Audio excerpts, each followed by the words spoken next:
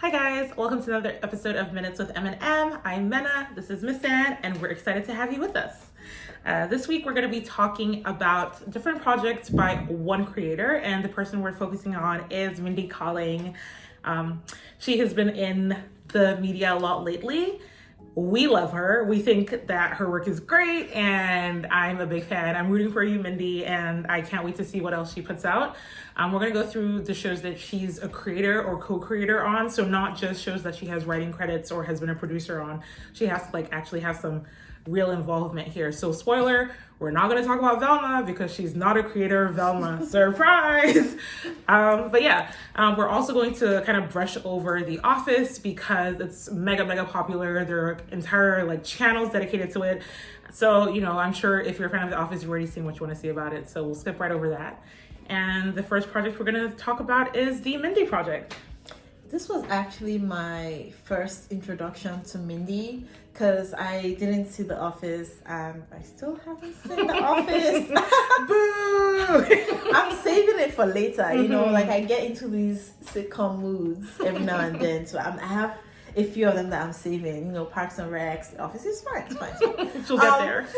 So I saw it and, I like the rom-com vibe of it. The pilot was very, very catchy. I like when she says things to herself that are clearly unhinged, but it makes sense to her. That's what really got me into the show. A lot of the characters were compelling, and it was nice just watching a very problematic character grow throughout all the seasons.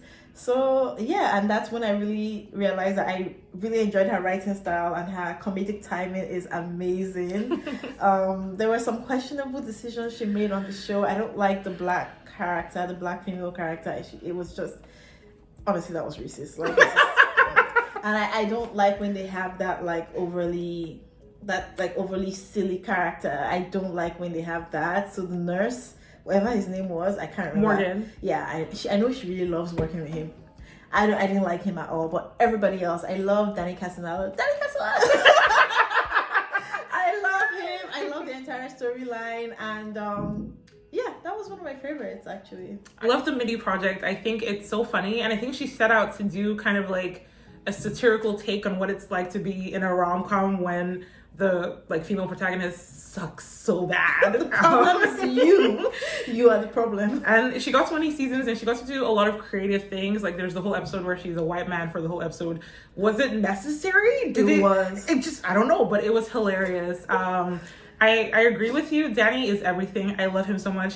I just ignored that little period in the middle where he was the worst man on the planet, and we had to literally write him off the show. But it's okay, because in the end, he's okay again.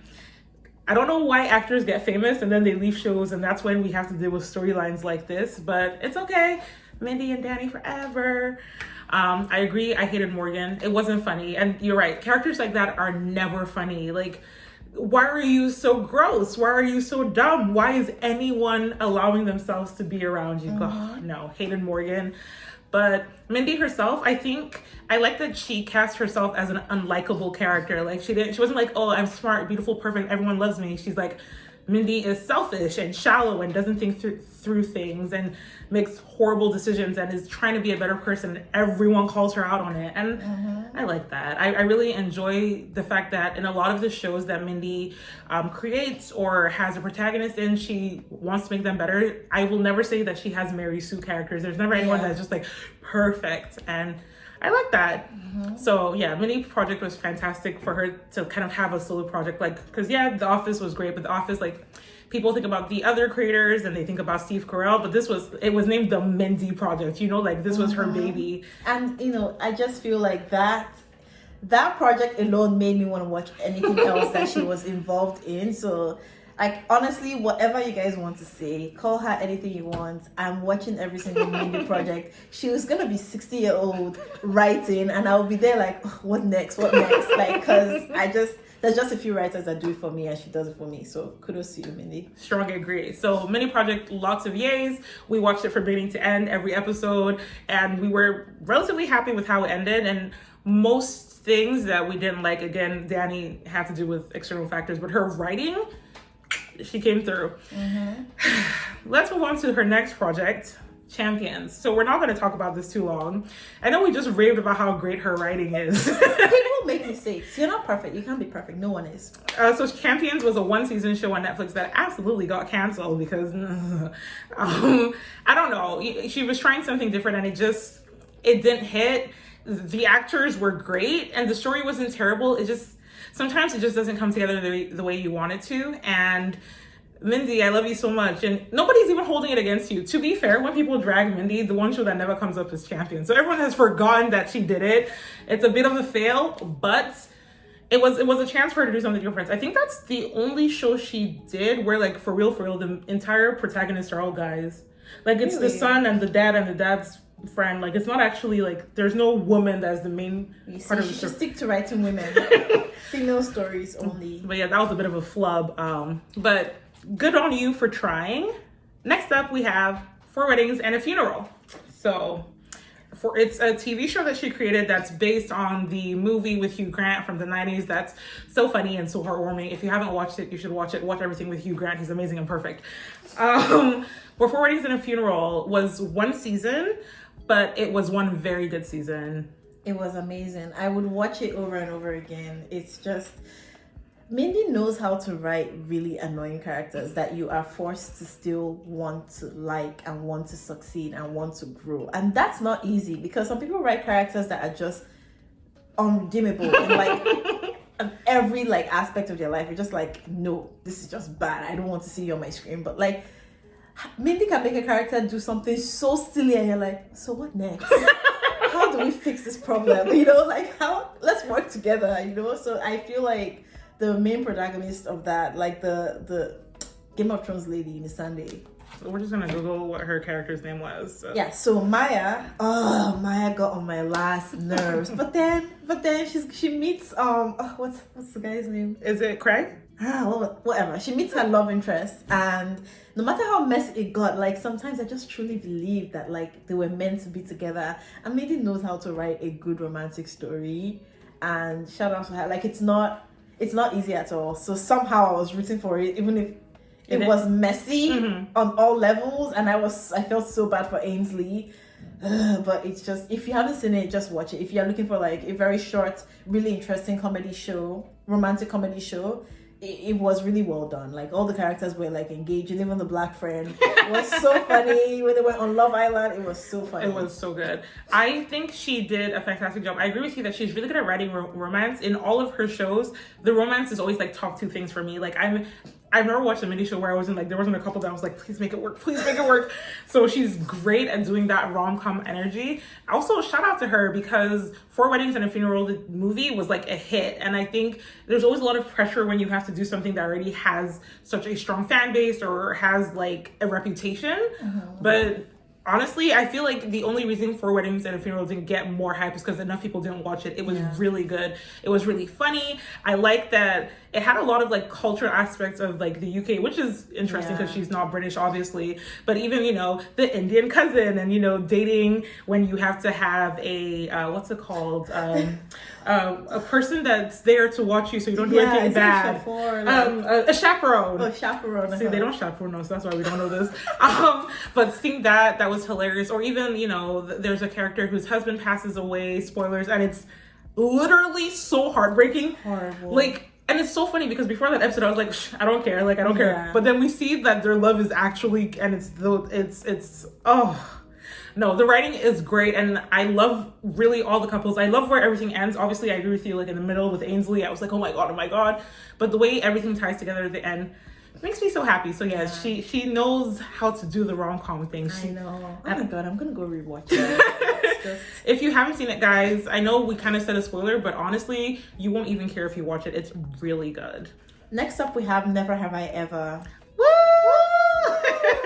I have a lot of feelings about this show because it actually grew on me. It was a slow burner. Like it was, when I watched the first season, I was like, okay, like this character is just so annoying, and like it's like I hate first to lose a father,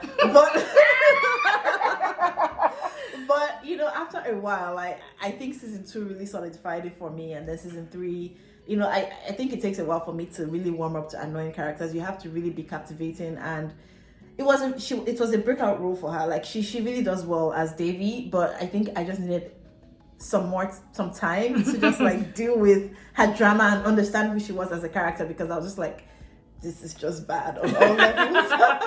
But yeah, I really love that show now. Like it's so sad that we're gonna the next season is the last season. But if you haven't seen it, it's amazing. Mindy knows how to write Indian characters. Yes. And I know you feel like that goes without saying, but I don't think it does. Like you can be Indian and you wouldn't really know how to properly like portray your culture. And we say this as Nigerians who have seen Nigerians portrayed poorly by other Nigerians.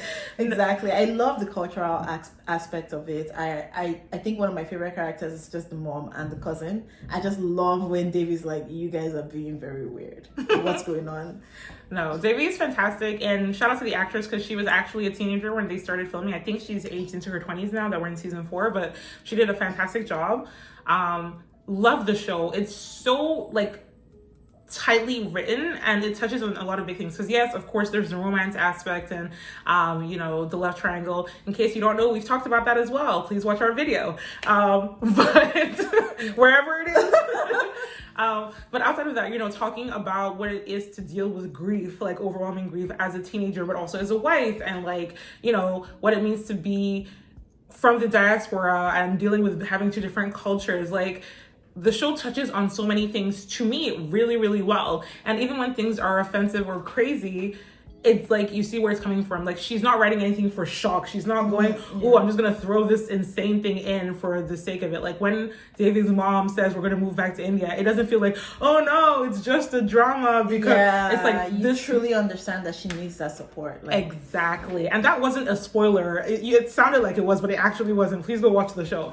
But yeah, I love Never Have I Ever. I am so sad that it's going to be over, but I'm also glad that it's going to be over, because high school shows that drift into university are either get like weird or kind of bad. So I'm glad that Mindy knows that it's time to wrap it up. But it's really, really good. Definitely a strong show. And I know Netflix is so glad that they have it, because they get a lot of views. Like, it's always trending when it comes out. So also, I feel like this is just Mindy praise, but she's that good. Like, deal with it. Like, it's not easy to write teenagers as teenagers, like as realistic teenagers, in a way that's not just like tacky and like ew, who speaks like that?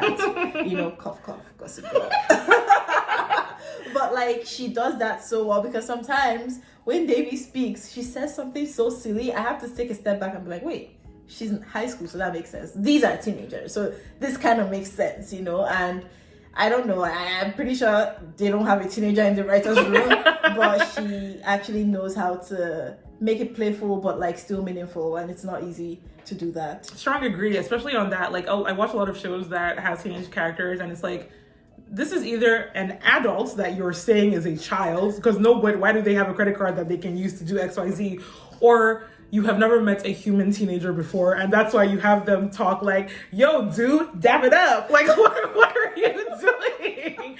So yeah, the writing for their age group is very acceptable. Although maybe we're old. Maybe we're too old to know what teenagers are like now. Maybe there are teenagers watching this and they're like, what do you mean? No one talks like that. But it's really, really good. You should watch it. It's very current. So like, the Mindy Project is fantastic, but there are definitely moments where you're like, okay, this was the 2010s.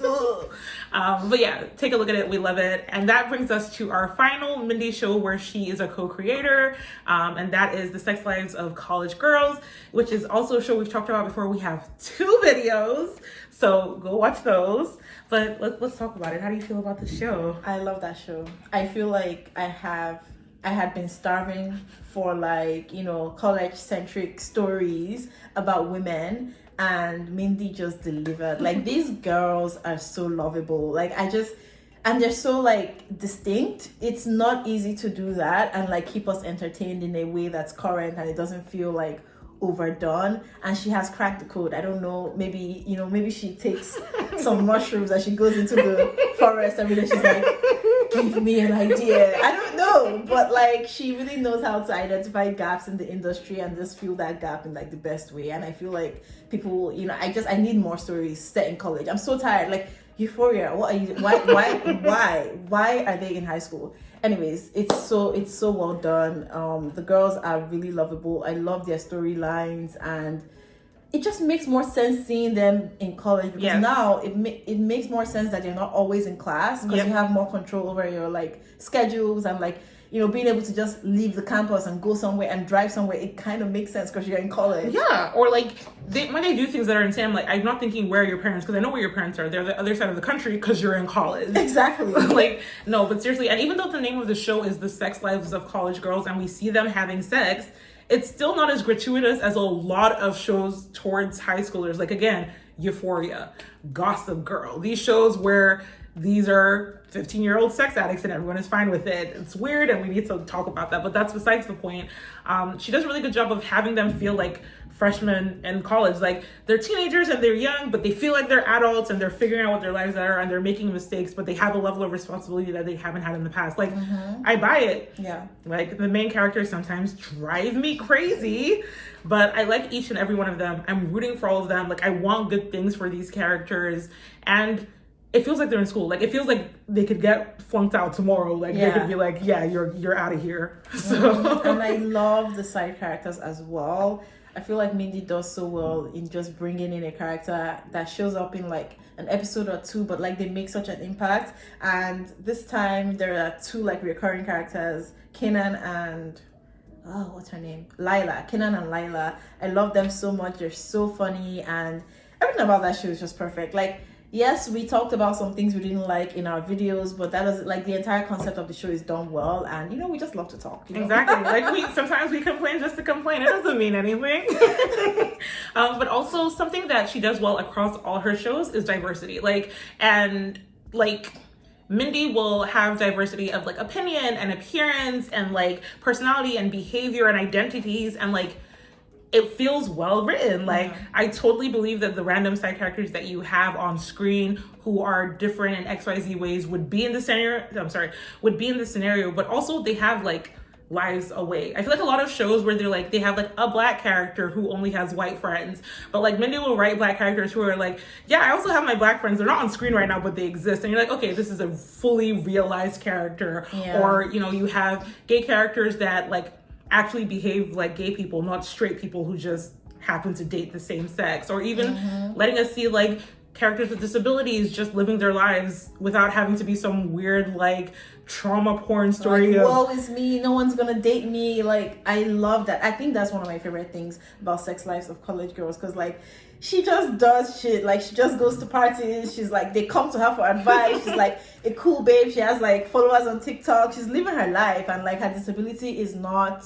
the forefront of her character. Like, she's just a person, and I love that. And you see that across shows, because even with the Four Weddings and a Funeral, I remember seeing a lot of commentary from haters who were like, well, everything has to be so woke these days. Why are they Indian? Please get the fuck out. Like, no. Like, because like people of different backgrounds experience life. The only people who should get rom-coms aren't just white people.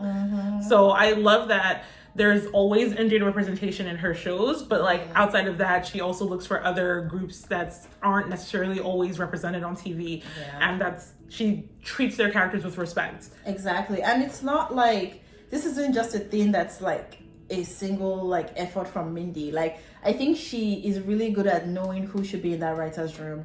Like, sometimes she posts like a video of like a Zoom meeting of her writer's room, and you just diversity all around, like different sorts of people, because obviously she doesn't have the experiences of everyone in her head, but she's able to say, no, we need this person in the writer's room. And I feel like that's what a lot of shows are missing. They hire a big name writer, and like they feel like they alone can just like do everything. Tyler Perry. So sorry, Tyler, please hire me. Oh my god. Yeah, and then it shows, because like I get really surprised when I see a black character portrayed in a way that I can relate to, because it's so like rarely done well like on TV, and I'm like, wait a minute, Mindy's not black. But then again, I'm like, okay, there's definitely black people who, you know, are in tune with the culture in the writer's room, or at least it has been properly researched. Like, obviously you don't have to hire everybody into your writer's room, but like you just have to do your research and make sure that everything is like, everyone's represented properly, and I feel like she takes her time to do that. Completely agree. We love her. We sang her praises. I think we're trying to fight back a little bit against the hate she's been getting over the last couple of weeks. Like, no, she doesn't deserve that negativity. She's amazing. And she also knows her lane. Like, obviously, write whatever you want to write, but she knows that rom-com is where she needs to be. She knows that she's funny and she knows how to do love, and she usually sticks within those frames. But I've seen her do like serious topics really well as well. So if you do want to write the next tearjerker, girl, do you. I will support it because she's very, very talented. But overall, like, I give her an A+. Like, except for that one show that we never talk about, all of her projects are fantastic. And really, y'all should go watch them. Yep. Make an informed decision. Watch her work before you have an opinion on it, and then let us know what you think in the comments.